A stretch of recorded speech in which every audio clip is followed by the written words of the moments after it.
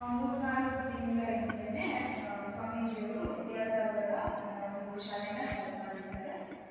ಇದರಲ್ಲಿ ಉದ್ಯೋಗಾದಿಗೆ ಸ್ವಾಮೀಜಿಯವರು ಸೇರ್ಕೊಳ್ತಾರೆ.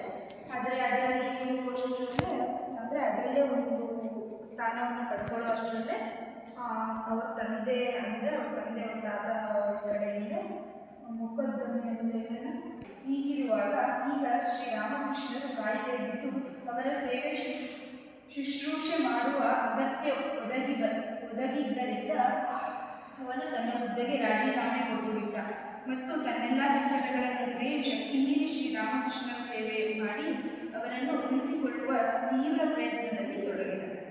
ಅಂದರೆ ಇದೇ ಸಮಯದಲ್ಲಿ ರಾಮಕೃಷ್ಣರಿಗೆ ಹುಷಾರಿರಲ್ಲ ಅಲ್ವಾ, ಹಾಗಾಗಿ ಅವರು ಸೇವೆ ಎಲ್ಲ ಮಾಡಬೇಕು ಅಂತ ಅವರು ಜಾಬ್ಗೆ ಇದನ್ನು ರಿಸೈನ್ ಮಾಡಿಬಿಟ್ಟು ಬರ್ತಾರೆ. ಅವನೀಗ ರಾತ್ರಿಯ ವೇಳೆ ಶ್ಯಾಮಪುರದ ಮನೆಯಲ್ಲಿ ಇರಲಾರಂಭಿಸಿದ. ಜೊತೆಗೆ ಇತರ ತರುಣರನ್ನು ಗುರುಸೇವೆ ಮಾಡುವ ಈ ಪರಮ ಪುಣ್ಯದ ಕಾರ್ಯದಲ್ಲಿ ಪಾಲ್ಗೊಳ್ಳುವಂತೆ ಪ್ರೇರೇಪಿಸಿದ.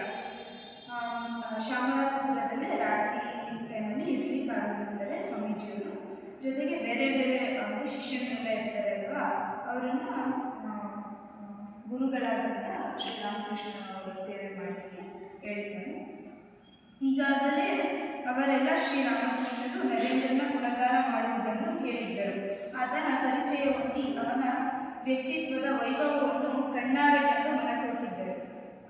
ಈಗಾಗಲೇ ಸ್ವಾಮೀಜಿಯವರ ಭಕ್ತಿ ಅದೆಲ್ಲ ನೋಡಿಬಿಟ್ಟು ರಾಮಕೃಷ್ಣನಲ್ಲಿ ಎಷ್ಟು ಭಕ್ತಿ ಇದೆ ಅಂತ ಹೇಳ್ಬಿಟ್ಟು ಬೇರೆ ಶಿಷ್ಯರೆಲ್ಲ ಇವರು ಮೆಚ್ಕೊಂಡಿರ್ತಾರೆ.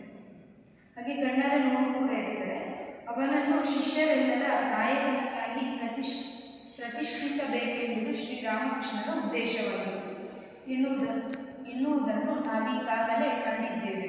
ಈಗ ಅವರು ರೋಗಗ್ರಸ್ತರಾಗಿ ಹಾಸಿಗೆ ಹಿಡಿದಾಗ ಆ ತರುಣರಲ್ಲಿ ವಿಶೇಷತಃ ನರೇಂದ್ರನೊಂದಿಗೆ ಪರಸ್ಪರ ಗಾಢ ವಿಶ್ವಾಸ ಸೌಹಾರ್ದ ಬೆಳೆಯತೊಡಗಿತು.